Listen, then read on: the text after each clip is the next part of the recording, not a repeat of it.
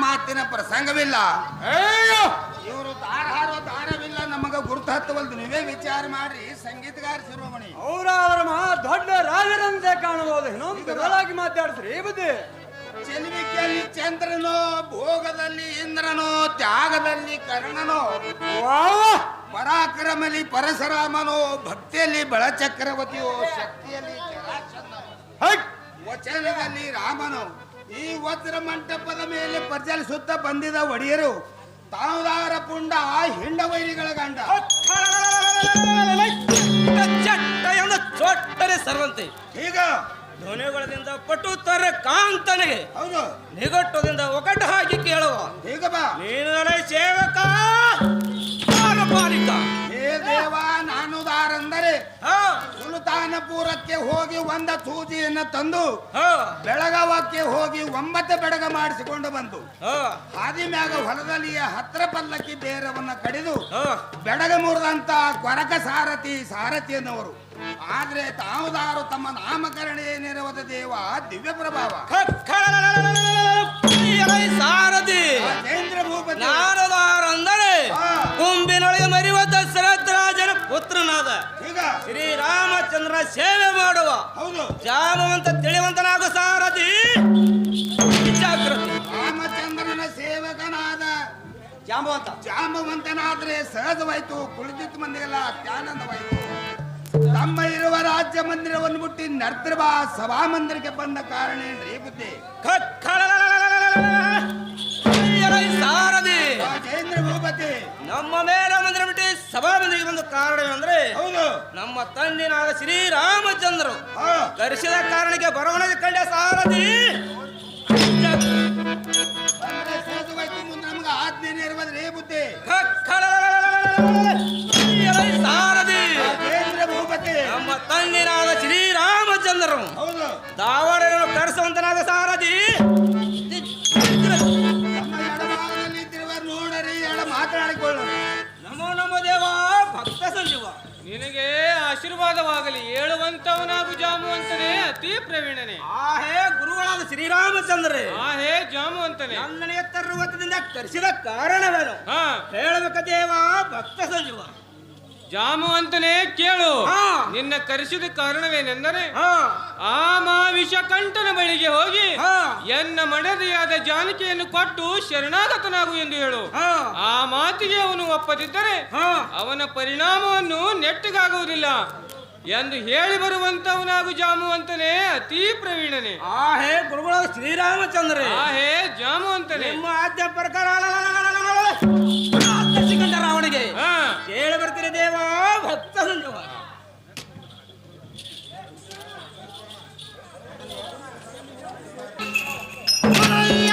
ಸಾರಥಿ ಎನ್ನ ಮಗನಾದ ಇಂದ್ರಜಿತನು ಮತ್ತು ಎನ್ನ ಭುಜಬಲನಾದ ತಮ್ಮನಾದ ಕುಂಭಕರ್ಣನಿಗೆ ಅತಿ ಜಾಗ್ರತೆಯಿಂದ ಕರೆಸುವಂತವನಾಗು ಸಾರಥಿ.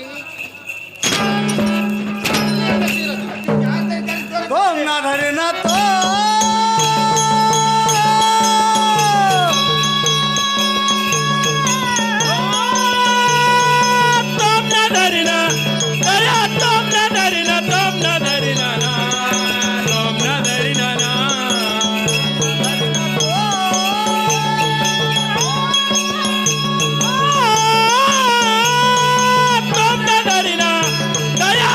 ನದರಿನ ತೋಮ್ ನದರಿನ ತೋಮ್ ನದರಿನ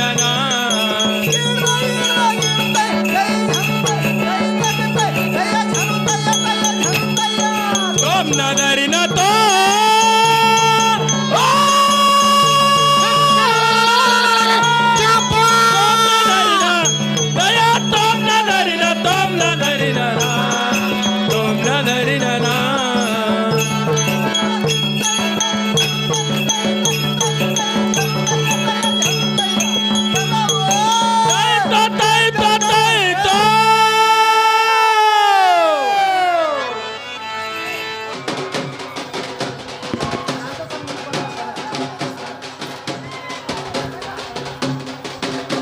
ಯಾವ ವೇದಮೂರ್ತಿ ಗುರುಗಳು ಆತ್ಮೀಯ ಹಿರಿಯರು ತಂದೆ ಸ್ವರೂಪರಾಗಿರ್ತಕ್ಕಂಥವ್ರು ನಮ್ಮ ಶಾಂತೈಕಕ ಹಿರಯ್ಯ ಶಾಂತೈಕಕ ಹಿರೈಕಕ ಸ್ವಾಮಿ ಇವರಾದ್ರು ಏನೋ ಈ ನಮ್ಮ ತೊದಲ್ನುಡಿಯ ಒಂದು ಸೇವೆ ಕಂಡು ಈ ನಮ್ಮ ಹಾಡಿಕೆ ಸಂಘಕ್ಕೆ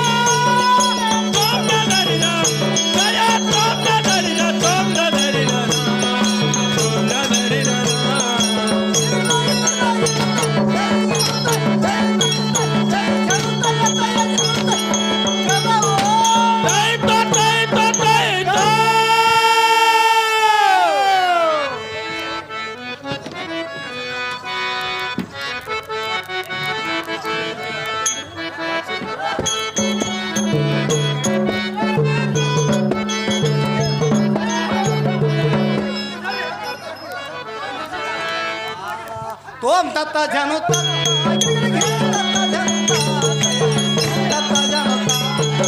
ತೋಮ್ ತತ್ತ ಜನು ತತ್ತ ಗಿರಿಗಿ ತತ್ತ ಜನುತ ದಯ ತೋಮ್ ತತ್ತ ಜನುತ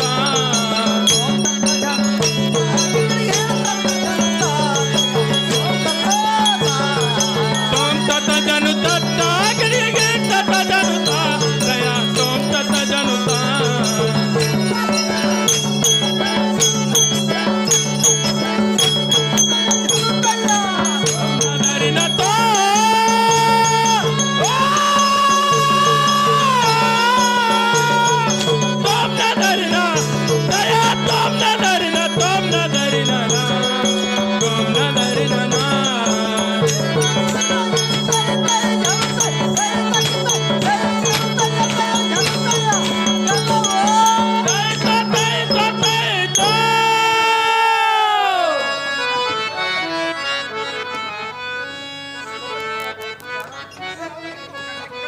ಅದರಂತೆ ಇದೇ ಗ್ರಾಮದವರಾಗಿರ್ತಕ್ಕಂಥವ್ರು ಶಿರೋಮಣಿ ಮಾತಾಡ್ಸಿದ್ರೆ ಮಾತುವಿಲ್ಲ, ಮಾತಿನ ಪ್ರಸಂಗವಿಲ್ಲ.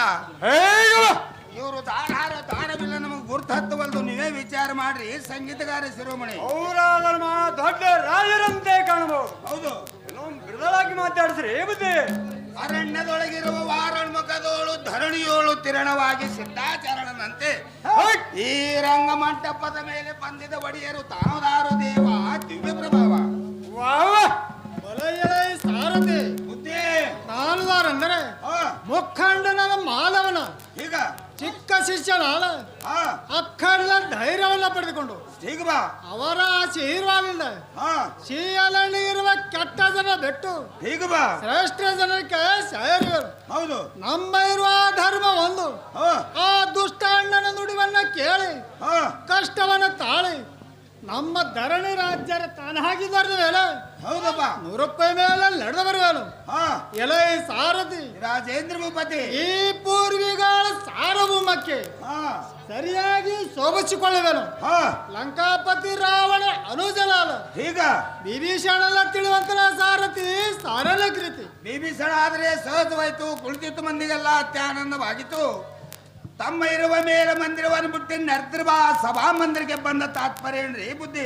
ಎಲೆ ಸಾರಥಿ, ರಾಜೇಂದ್ರ ಭೂಪತಿ ನಮ್ಮ ಇರುವ ರಾಜ್ಯ ಮಂದಿರ ಬಿಟ್ಟು ಹಾ ಈ ಸುಂದರವಾದ ಸ್ವಾಮಂಟಪಕ್ಕೆ ಬಂದ ಕಾರಣವೇನೆಂದರೆ ಹೌದು ಹೌದು ಎನ್ನ ಅಗ್ರಜನಾದ ರವಣೇಶ್ವರ ರೂಪಲ್ಲ ಹಾ ಅವರ ಸಂಗಡ ರಾಜ್ಯ ಅವಶ್ಯಕತೆಗಳು ಪರ್ವತ ಕಂಡ ಸಾರಥಿ ಅತಿ ಜಾಗ್ರತೆ. ಹೊರತುವಾಗಲಿ.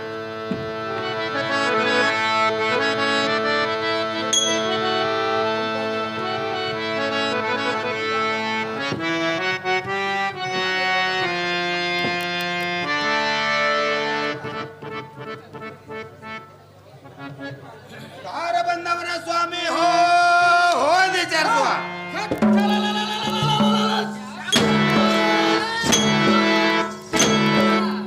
ಹೇ ಸಂಗೀತಗಾರ ಶಿರೋಮಣಿ, ನಾವು ಬಾಯಲ್ಲಿ ಮಾತಾಡಿದ್ರೆ ಅವರು ಕಾಲಿಯಲ್ಲಿ ಮಾತಾಡುತ್ತಾರೆ. ಇವರು ದಾರ ಹಾರೋ ದಾರವಿಲ್ಲದ ಮೇಲೆ ವಿಚಾರ ಮಾಡಿ ಸಂಗೀತಗಾರ ಶಿರೋಮಣಿ ಅವರ ಮಾ ದೊಡ್ಡ ದೇವರಂತೆ ಕಾಣಬಹುದು. ಈಗ ಮೃದುವಾಗಿ ಮಾತಾಡ್ತೀರಿ ಹೇಗುದೇ? ಎಂಟ ದಿಕ್ಕಿನ ಒಳಗೆ ಭಂಡನಾಗಿ ದುಸ್ಕಂಠ ವೈರಿಗಳಿಗೆ ಕುಂಠಿತ ಮಾಡುವ ಅಷ್ಟ ಐಶ್ವರ್ಯದಿಂದ ಶ್ರೇಷ್ಠಿಗಳಿಗೆ ಶ್ರೇಷ್ಠವಾದ ದುಷ್ಟ ಜನರಿಗೆ ನಷ್ಟ ಮಾಡುವ ಇಷ್ಟ ಜನರಿಗೆ ಸಂತುಷ್ಟಪಡಿಸುವ ಅಷ್ಟ ಗಜದಂಡಿನ ಸಹಿತ ಖಡ್ಗ ಕಟಾರವನ್ನು ಪಿಡಿದು ಈ ಬಂದಿದ ರಂಗಮಂಟಪದ ಮೇಲೆ ತಾವದಾರ ಪುಂಡ ಹೆಣ್ಣವೈರಿಗಳ ಗಂಡ ರುದ್ರಕ್ಕೆ ತಡೆಯದ ತೊಡ ಹೊಡೆದು ಈಗ ಕಡು ಕೋಪಕ್ಕೆ ಬೆದರಿ ಹೆದರಿ ಬೆರಗಾದನು. ಹೌದು ಹೌದು ಕಾಮಕ್ಕೆ ಖಡ್ಗವ ದನಿಯಮ್ಮ ಹೌದು ಹೌದು ದಾಡನೆ ಹಾ ಇಂಥ ಪೃಥ್ವಿಗೆ ಇದರ ಹಾಗೆ ಹಾ ಪುಂಡನ ಮುಂದೆ ನಿಂತು ಮಾತನಾಡಿಸುವ ನೇರದವನ ಶಂಡ ಹೇ ದೇವ, ನಾನು ದಾರಂದರೆ ಹುಡುಗಿಗೆ ಹೋಗಿದ್ದೆ, ಹುಡುಗಿ ಗಂಟು ಬಿದ್ದಳು. ಹುಬ್ಬಳ್ಳಲ್ಲಿ ಹುಬ್ಬಾಸದಳು, ಕಣ್ಮುಸದಾಗ ಕನ್ನ ಹೊಡೆದಳು. ಯಾಕನಹಳ್ಳಿ ಮುಂದೆ ಬಂದು ಯಾಕತೆ ಕೇಳಿದ್ರೆ ಬ್ಯಾಸಿಗೆಯಲ್ಲಿ ಬಾತ್ ಹೇಳಿದಳು. ಕುಸನಹಳ್ಳಿಯಲ್ಲಿ ಕುಬ್ಸಾ ಬಳಿ ಮಾಡಿದ್ದೆವು.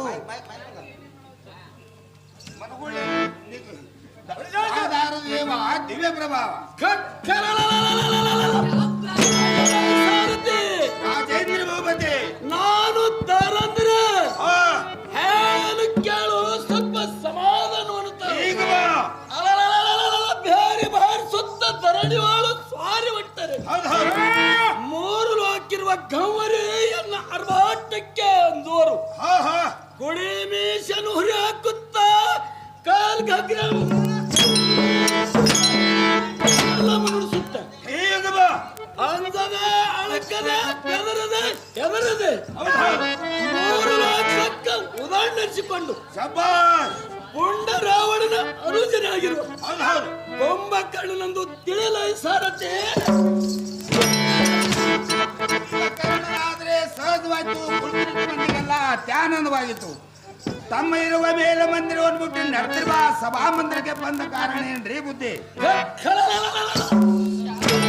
ಸಾರಥಿ ರಾಜೇಂದ್ರ ಭೂಪತಿ ನಮ್ಮ ಮೇಲ ಮಂದಿರನ್ನು ಬಿಟ್ಟು ಸಭಾರಂಗ ಸ್ಥಳಕ್ಕೆ ಬಂದ ಕಾರಣವೇನೆಂದರೆ ಹೌದಪ್ಪ ಎನ್ನ ಆಗ್ರಜನಾದ ರವಣೇಶ್ವರಪ್ಪ ಕರೆಸಿದ ಕಾರಣಕ್ಕೆ ಭರಣ ಕಂಡ್ಯ ಅಂದ್ರೆ ಸಹಜವಾಯ್ತು. ಮುಂದೆ ಅಲ್ಲೇ ಮುಹೂರ್ತ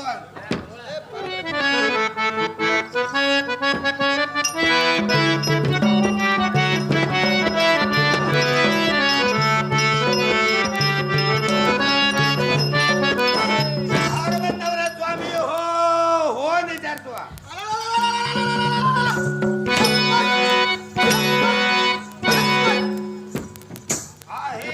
ಸಂಗೀತಗಾರ ಶಿರೋಮಣಿ ಒಂದು ವೇಳೆ ಮಾತಾಡ್ತಾರೆ ಮಾತಿನ ಪ್ರಸಂಗವಿಲ್ಲ. ಇವರು ದಾರಾರೋ ದಾರವಿಲ್ಲ, ನೀವೇ ವಿಚಾರ ಮಾಡ್ರಿ. ಸಂಗೀತಗಾರ ಶಿರೋಮಣಿ ಅವರಾದ್ರೆ ದೊಡ್ಡ ರಾಜರಂತೆ ಕಾಣಬಹುದು. ಈಗ ಬಾ, ನಮ್ ಬಿಡದಲಾಗಿ ಮಾತಾಡ್ತೀರಿ ಬುದ್ಧಿ. ಘಟ್ಟಗಡನೆ ಬಂದು ಗಪ್ಪಗಾರಾಗಿ ನಿಂತವರು ತಾವದಾರ ಧ್ವರಿಯೇ ಕರ್ಪೂರದವ್ರಿ.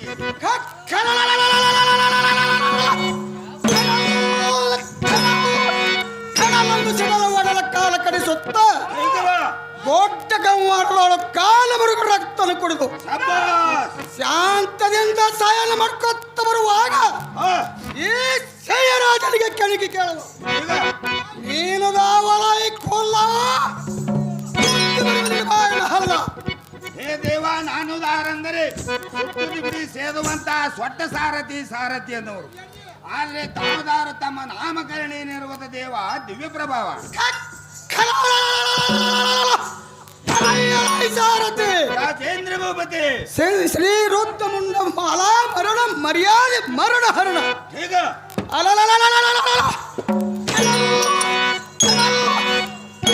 ಕೋಟಿ ಬರ್ಪಣ್ಣನು ಅದೇ ನಡಿಗಿತ್ತು. ಶಬ್ಬಾಸ್. ದಂಡತರ ಪರ್ಣಾದ ಶ್ರೀ ಪರಮೇಶ್ವರ ಧ್ವನಿಯಲ್ಲಿ ಮರೆಯುವ ಹಾ, ಭರತ ಖಂಡದಲ್ಲಿ ಗುರುತವಾದ ಹೌದು. ಸ್ವಚ್ಛ ಪವನ ಕೋಟಿ ಪಂಚ ನೀರದಾರ ಮೂತ್ರ ರತ್ನದಿಂದ ಕತ್ತಿಸಿದ ತಲೆಗಿಳಿದಿಂದ ಈಗ ಸೊಕ್ಕಲ ಹುಲಿ ಮುಖದ ಕಾವಲುಗಾರದಿಂದ ಹೌದು ಹೌದು. ಮಕರ ಕೀಲಕ್ಕೆ 48ನೇ ವೇದಿನ ಪರ್ಯಂತ ಶಬ್ಬಾಸ್. ಮಂಡೋದರಲ್ಲಿ ಗರ್ಭದಲ್ಲಿ ಜನಿಸಿ ಬಂದು ಹಾ, ರವಣೇಶ್ವರ ಮಗನಾದ ಈಗ ಇಂದ್ರಜಿತನಂದು ಜಯಂಕಾರದಿಂದ ಜೈವಾರಿನ ಹೊಡೆದವಂತನಾಗಿ ಸಾರಥಿ ಇಂದ್ರಜೀತನಾದರೆ ಸಹಜವಾಯ್ತು, ಪುರುಷ ಮಂದಿರ ಎಲ್ಲ ಅತ್ಯಾಚಾರವಾಯ್ತು. ತಮ್ಮ ಇರುವ ಮೇಲ ಮಂದಿರವನ್ನು ಬಿಟ್ಟು ನೆರೆದಿರುವ ಸಭಾ ಮಂದಿರಕ್ಕೆ ಬಂದ ಕಾರಣ ಏನ್ರಿ ಬುದ್ಧಿ? ರಾಜೇಂದ್ರ ಭೂಪತಿ ನಮ್ಮ ಇರುವುದ ಮೇಲೆ ಮಂದಿರವನ್ನು ಬಿಟ್ಟು ಹೌದು. ಈ ಕುಂತಿರುವ ಸಭಾ ಮಂದಿರಕ್ಕೆ ಬಂದ ಕಾರಣವೇನೆಂದರೆ ಹಾ, ನಮ್ಮ ತಂದೆಯಾದ ರವಣೇಶ್ವರನು ಹೌದು. ಕರೆಸಿದ ಕಾರ್ಯಕ್ಕೆ ಬರಲಾಯ್ತು ಖಂಡ್ಯ. ಸಹಜವಾಯ್ತು, ಅಲ್ಲೇ ಮುಹೂರ್ತ ಆಗಿ